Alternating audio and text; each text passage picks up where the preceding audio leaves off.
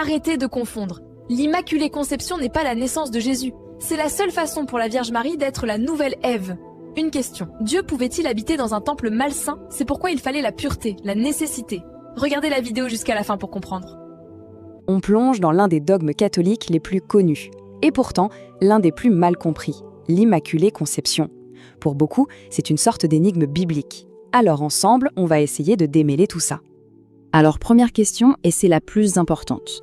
Qu'est-ce que c'est au juste l'Immaculée Conception? Et la réponse risque d'en surprendre plus d'un, parce que la confusion la plus totale règne à ce sujet.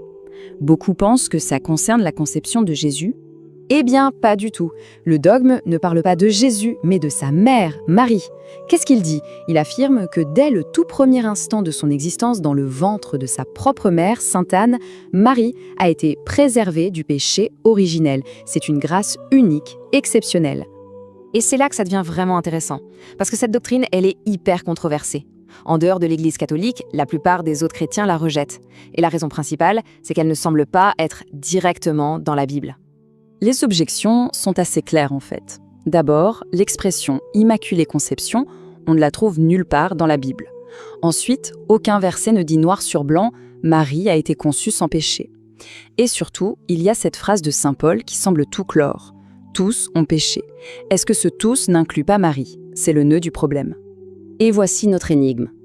Le jour de la fête de l'Immaculée Conception, les textes qu'on lit à la messe semblent n'avoir aucun rapport.